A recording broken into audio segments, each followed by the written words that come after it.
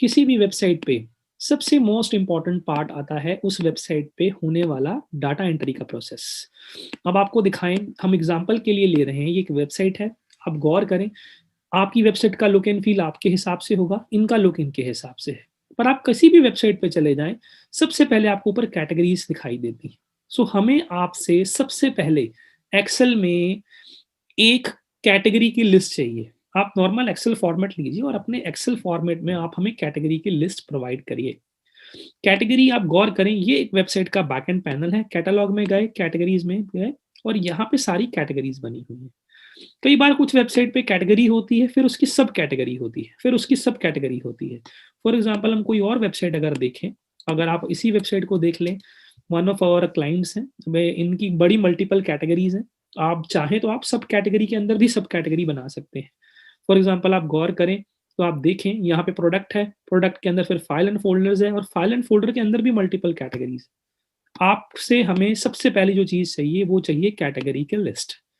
तो आप हमें कैटेगरी की लिस्ट प्रोवाइड करेंगे और वो कैटेगरी की लिस्ट प्रोवाइड करने के बाद हमें आपसे फिर चाहिए होगी प्रोडक्ट की डिटेल। अब आप गौर करें, हमने ये किसी क्लाइंट का वेब पोर्टल का बैकएंड ओपन कर रखा है। यहाँ पे आप जाएंगे, यहाँ पे प्रोडक्ट की एंट्री की गई है। हम इस पहले ही प्रोडक्ट को ओपन कर लेते हैं। देखिए, सबसे पहले हमें जो आपसे चाहिए होगा प्रोडक्ट का, वो चाहिए होगा प्रोडक्ट का नेम, जैसे इन्होंने अपना नाम रखा हुआ है। अब हम इसी प्रोडक्ट को बाहर सर्च कर लेते हैं इनकी वेबसाइट पे, ताकि आपको समझाने में आसानी हो। अब आप गौर करें, ये है प्रोडक्ट का नेम जो यहाँ आ रहा है। डिज़ाइन हर किसी वेबसाइट का अलग अलग होगा, पर डाटा किसी का कुछ किसी जगह पे दिखेगा, किसी का कुछ किसी जगह पे दिखेगा। सबसे पहले हमें चाहिए होगा प्रोडक्ट का नेम, ये देखिए यहाँ आ रहा है। उसके बाद प्रोडक्ट की डिस्क्रिप्शन, अगर आप देखें तो ये प्रोडक्ट की पूरी कंप्लीट डिस्क्रिप्शन है। प्रोडक्ट पेज पे ये डिस्क्रिप्शन इस समय इनके डिज़ाइन में ये यहाँ दिख रही है, गोश देखिए नीचे दिखाई दे रही है।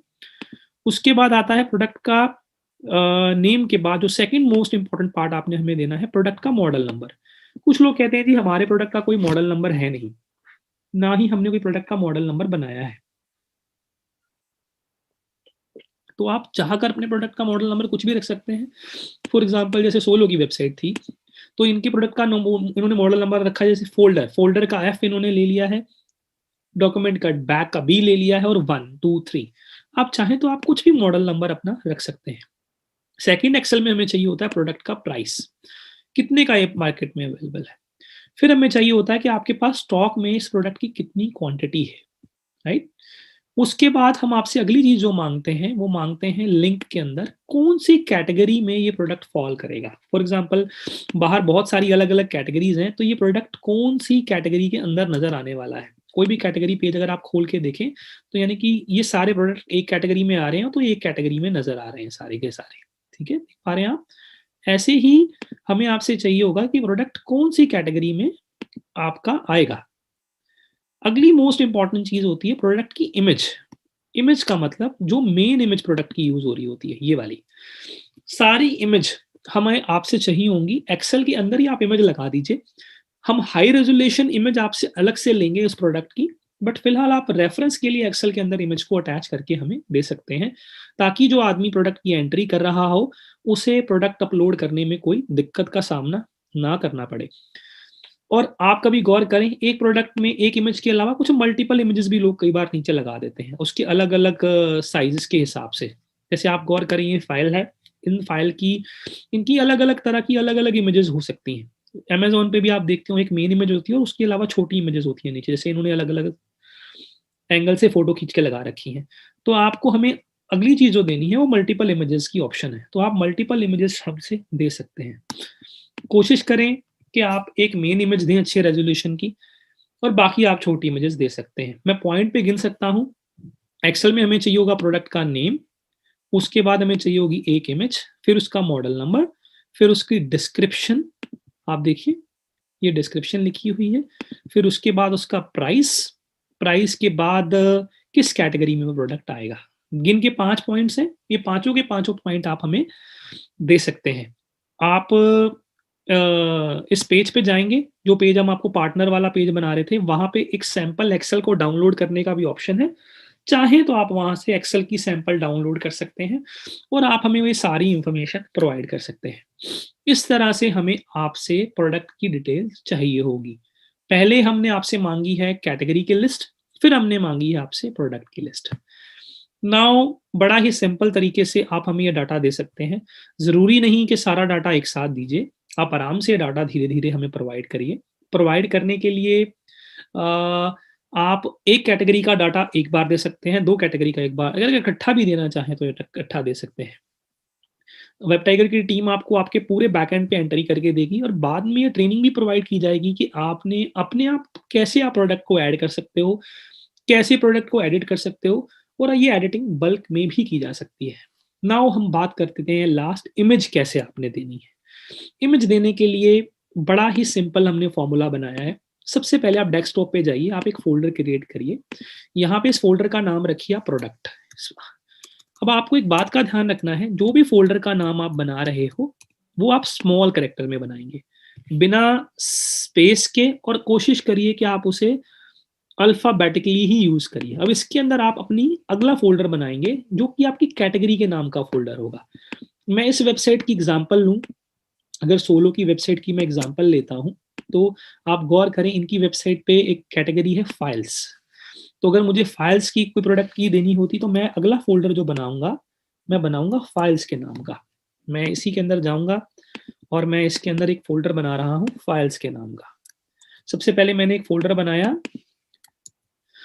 प्रोडक्ट के नाम का, फिर मैं दूसरा फ़ोल्डर बना रहा हूँ फाइल्स के नाम का। आपको सारे कैरेक्टर को छोटा रखना है।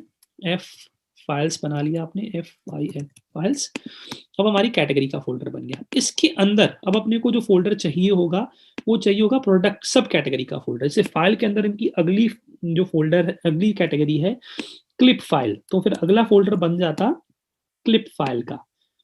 अगर आपका सब कैटेगरी नहीं है, तो आपको बनाने की ज़रूरत नहीं है। तो हमने अगला फ़ोल्डर जो बनाया है, इसके अंदर बनाया है क्लिप फाइल।